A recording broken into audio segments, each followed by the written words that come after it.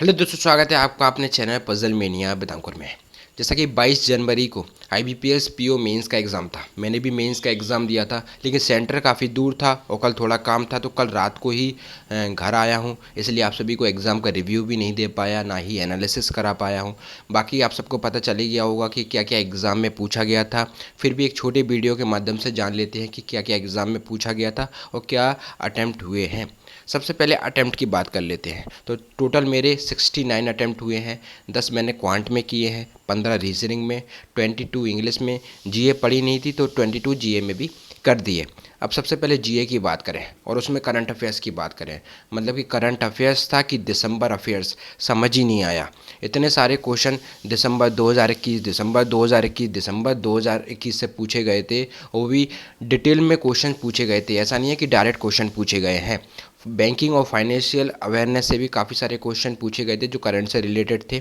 Overall जीए जो था वो डिटेल में पूछा गया था। जैसा कि लास्ट ईयर आईबीपीएस पीओ में काफ़ी सारे क्वेश्चंस डायरेक्ट पूछ लिए गए थे, काफ़ी अच्छे अटैम्प्ट भी देखने को मिले थे, लेकिन इस बार ऐसा नहीं था, उसके अपोजिट ही देखने को मिला है। फिर भी एक्यूरेसी के साथ जो 15, 16, 17 ऐसे अटैम्प्ट बनाकर आए हैं जीए में, तो बिल्कुल ये गुड अटैम्प्ट माने जाएंगे। अब रीजनिंग की बात कर लेते हैं। तो रीजनिंग में सबसे पहले मेरे सामने वो वाली जो अरेंजमेंट थी कि नॉर्थ में 7 लोग देख रहे हैं और एज दी गई थी, वो वाली जो अरेंजमेंट खुली, मतलब कि छोटी थी, लेकिन उसको कहेंगे देखन में छोटे लगे घाव करे गंभीर, ऐसी वाली अरेंजमेंट थी। लगभग 10 मिनट उसमें ख़राब हुए, नहीं बनी, उसको छोड़ा। डाटा सफिशिएंसी आपका पूछा गया था। उसके बाद आपका कोडेड स्लॉग पूछा गया था, कोडेड इनइक्वालिटी पूछी गई थी, कोडेड डायरेक्शन पूछा गया था। उसके बाद फ्लैट फ्लोर वाली पज़ल पूछी गई थी जिसमें 16 लोग आपको बैठाने थे।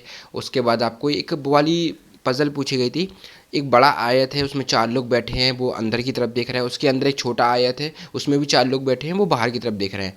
वो आपका पूछा गया था। और सबसे शानदार जो सभी स्टूडेंट्स लगभग बनाकर आए होंगे वो है इनपुट आउटपुट, काफ़ी शानदार पूछा गया था।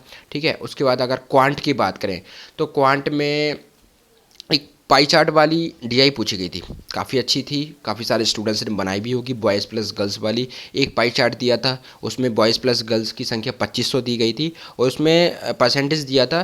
तो दो के शायद परसेंटेज दिए गए थे, दो के X% Y% करके उसमें डेटा उपलब्ध नहीं था। ठीक है। एक पाई चार्ट दिया था, उसमें 1200 बॉयज़ थे टोटल, और उसमें भी इसी तरह था कि 2 का परसेंटेज दिया था, 2 का नहीं दिया था। तो वो वाली आपकी डीआई पूछी गई थी। और उसका सीरीज़, नंबर सीरीज़ आपकी पूछी गई थी, काफ़ी सारे स्टूडेंट्स ने वो बनाई भी है। और उसके बाद आपका एक बार ग्राफ वाली डीआई पूछी गई थी कि इसमें एक बार ग्राफ में आपका दिया गया था, शेयरों की संख्या दी गई थी और नीचे शेयर का, एक शेयर का प्राइस दिया गया था और नीचे नोट में आपको डेटा दिया गया था। उसके अकॉर्डिंग आपको वो बार ग्राफ डीआई सॉल्व करना था।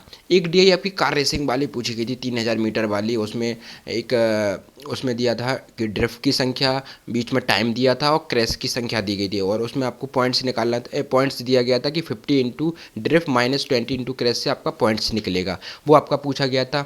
एक डीआई आपकी कैसलेट डीआई पूछी गई थी पार्टनरशिप पे, उसका डाटा सफिशिएंसी से क्वेश्चन पूछे गए थे। उसके बाद आपके मिसलेनियस के क्वेश्चन, आपके अर्थमेटिक के क्वेश्चन आपके पूछे गए थे।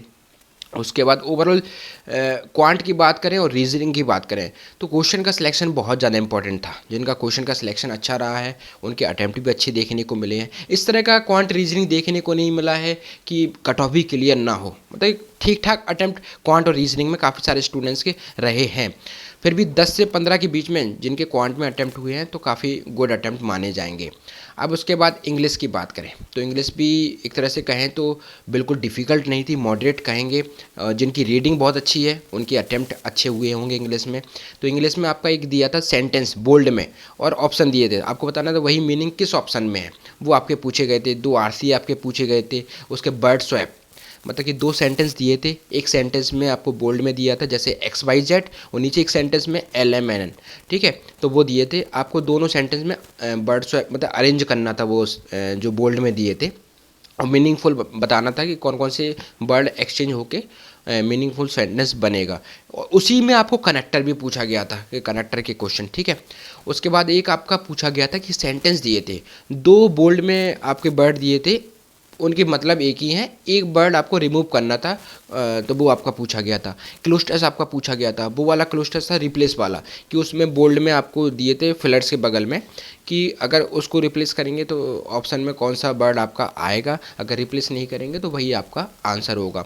तो ओवरऑल 2 दिन हो गए हैं, जितना याद था तो आपको बता दिया है। बाकी काफ़ी सारे स्टूडेंट्स ने IBPS PO मेंस का एग्ज़ाम दिया था, तो आप कमेंट में ज़रूर बताना कि टोटल आपके कितने अटैम्प्ट हुए हैं, उसके बाद आपके सब्जेक्ट वाइज क्या क्या अटैम्प्ट हुए थे, डिस्क्रिप्टिव में आपने कौन सा मतलब कि कौन कौन से टॉपिक पे आपने डिस्क्रिप्टिव लिखा है। और बाकी कल IBPS क्लर्क मेंस का एग्ज़ाम है काफ़ी सारे स्टूडेंट्स का, आज बढ़िया से रेस्ट कीजिए, अच्छे से आप क्लर्क मेंस का एग्ज़ाम दीजिए। और जीए की बात करें तो जीए आप अगर डिटेल में पूछा गया है, थोड़ा सा आपको टफ लगे तो वही क्वेश्चन आप क्लर्क में करना जो आपको आते हैं।